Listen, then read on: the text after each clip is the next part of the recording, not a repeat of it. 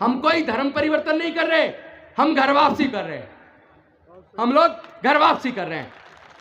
और मैं आप सबसे पूछना चाहता हूं, आप अगर अपने घर से निकले और चलते चलते रास्ता भटक गए, उसके बाद आपकी याददाश्त चली गए, क्या कभी अपने घर वापस आ पाओगे? नहीं आ पाओगे ना।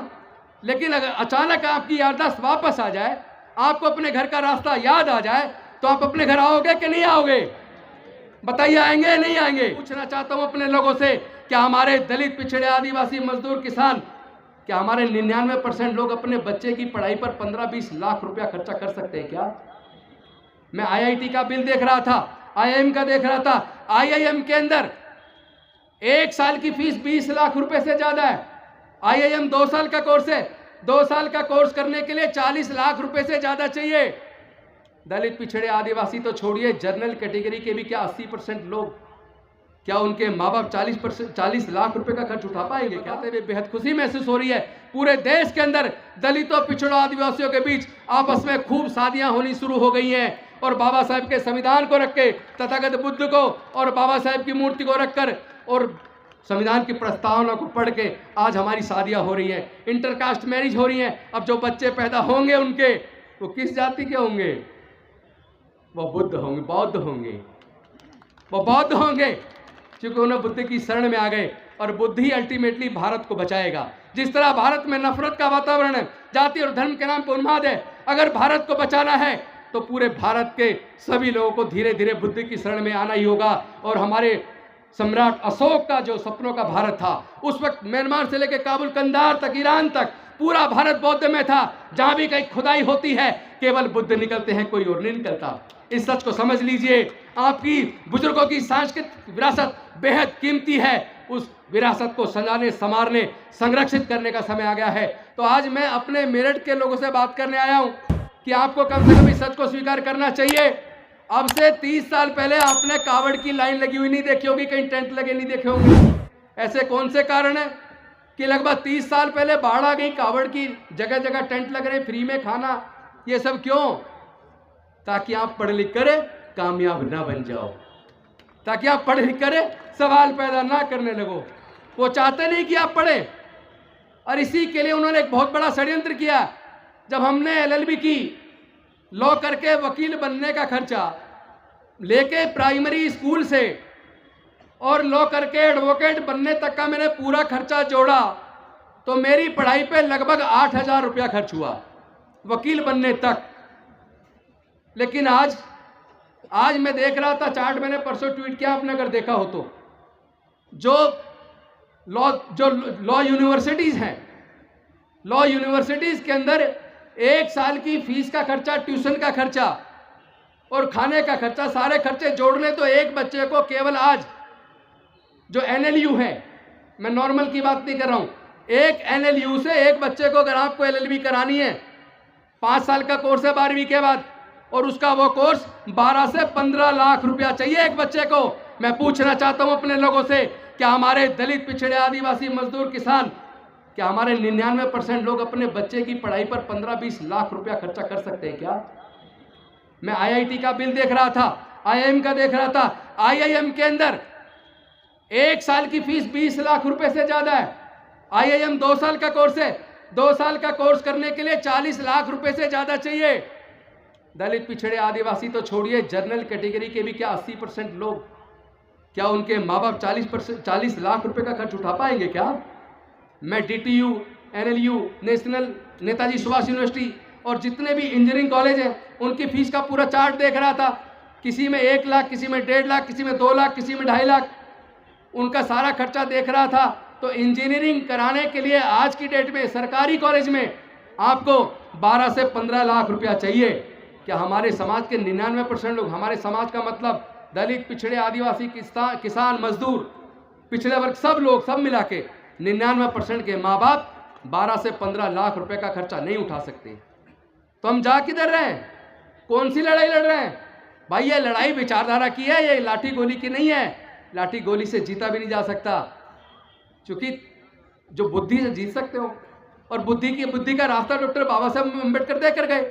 डॉक्टर बाबा साहब अम्बेडकर ने कभी औजार हथियार नहीं उठाया, कभी किसी का खून नहीं बहाया, कभी किसी की जान नहीं ली, लेकिन डॉक्टर बाबा साहब अम्बेडकर अकेले थे, उन्होंने 3500 साल की गुलामी से हमें आजाद कर दिया।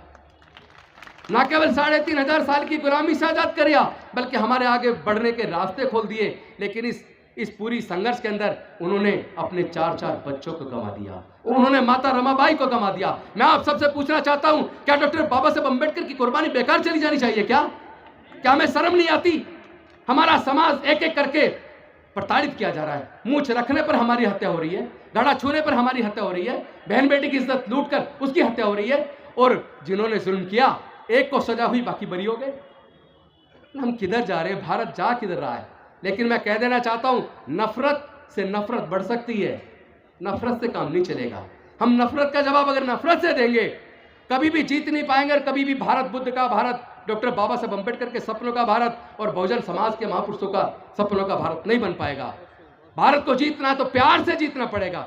और वैसे भी हम लोग बुद्ध के धम्म को मानने वाले हैं, और आप इतिहास पढ़ लीजिए, हमारे पूर्वज बौद्ध थे। हम कोई धर्म परिवर्तन नहीं कर रहे, हम घर वापसी कर रहे हैं, हम लोग घर वापसी कर रहे हैं। और मैं आप सबसे पूछना चाहता हूं, आप अगर अपने घर से निकले और चलते चलते रास्ता भटक गए, उसके बाद आपकी याददाश्त चली गए, क्या कभी अपने घर वापस आ पाओगे? नहीं आ पाओगे ना। लेकिन अगर अचानक आपकी याददाश्त वापस आ जाए, आपको अपने घर का रास्ता याद आ जाए, तो आप अपने घर आओगे कि नहीं आओगे? बताइए, आएंगे नहीं आएंगे? तो भाई, जब आज पता चल गया हमारे पूर्वज बौद्ध थे, और हमारी कल्चर इतनी रिच है जिसको पूरी दुनिया ने स्वीकार किया, जिन जिन देशों ने बुद्ध के धम्म को स्वीकार किया, वो देश दुनिया की में तरक्की के मामले में सबसे ऊपर निकल गए। तो अगर हमारे समाज के लोग तरक्की चाहते हैं, विकास चाहते हैं, तो आपको अपने पूर्वजों के धम्म में, बुद्ध के धम्म में वापस आना पड़ेगा। मैं धर्म परिवर्तन के खिलाफ हूं, मैं किसी की आस्था को ठेस पहुंचाने के लिए बिल्कुल तैयार नहीं हूं, लेकिन कोई हमारे आस्था को ठेस पहुंचाए, वो भी हमें स्वीकार नहीं है। नफरत से नफरत बढ़ेगी, जहर से जहर फैलेगा, प्यार से प्यार फैलेगा। हम प्यार फैलाएंगे, लेकिन प्यार फैलेगा कैसे? पहले कम से कम बीमारी का असल कारण तो जान लो। हमारे उत्पीड़न का कारण क्या? मैं जब भी किसी से बात करता हूं, हर कोई कहता है हमारे उत्पीड़न का कारण जाति है। अरे अगर जाति उत्पीड़न का कारण है, तो मैं आप सबसे पूछना चाहता हूं, जब तक हम जातियों को जिंदा रखेंगे, क्या तब तक जाति की वजह से होने वाला उत्पीड़न कभी खत्म हो पाएगा? क्या नहीं हो पाएगा ना। तो जाति खत्म कैसे होगी? जाति छोड़ो, समाज जोड़ो। मेरा ये नारा है, हमारे सब लोगों का नारा है, जाति छोड़ो, समाज जोड़ो। लेकिन जाति छूटेगी कब, जाति टूटेगी कब? जब हम सब लोग रोटी बेटी का रिश्ता करेंगे। जैसे नीरज पटेल भी कह रहे थे, हमें अपने सारे महापुरुषों को सम्मान देना पड़ेगा। आपस में दलित, पिछड़ा, आदिवासी सब लोग मिलके रोटी बेटी का रिश्ता शुरू करो। और मुझे आपको ये बताते हुए बेहद खुशी महसूस हो रही है, पूरे देश के अंदर दलितों, पिछड़ों, आदिवासियों के बीच आपस में खूब शादियां होनी शुरू हो गई हैं। और बाबा साहब के संविधान को रख के, तथागत बुद्ध को और बाबा साहब की मूर्ति को रखकर और संविधान की प्रस्तावना को पढ़ के आज हमारी शादियां हो रही हैं, इंटरकास्ट मैरिज हो रही हैं। अब जो बच्चे पैदा होंगे उनके, वो किस जाति के होंगे? वो बुद्ध होंगे, बौद्ध होंगे, वो बौद्ध होंगे, क्योंकि उन्हें बुद्ध की शरण में आ गए। और बुद्ध ही अल्टीमेटली भारत को बचाएगा। जिस तरह भारत में नफरत का वातावरण है, जाति और धर्म के नाम पर उन्माद है, अगर भारत को बचाना है तो पूरे भारत के सभी लोगों को धीरे धीरे बुद्ध की शरण में आना ही होगा। और हमारे सम्राट अशोक का जो सपनों का भारत था, उस वक्त म्यांमार से लेकर काबुल, कंधार तक, ईरान तक पूरा भारत बौद्ध में था।